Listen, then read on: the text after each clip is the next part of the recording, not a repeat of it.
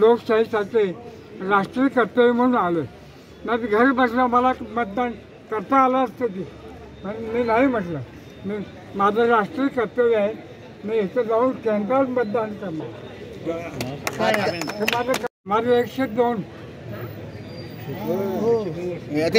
आहे.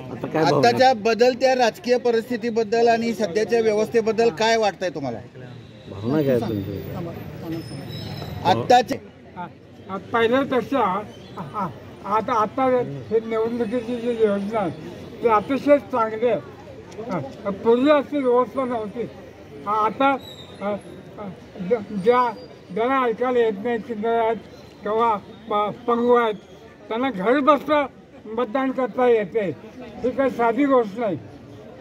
सरकारनं त्यांना घरपोच जाऊन मतदान करायची व्यवस्था, जास्तीत जास्त मतदान करावं ही भावना शासनाने ठेवल्यामुळं चांगली योजना.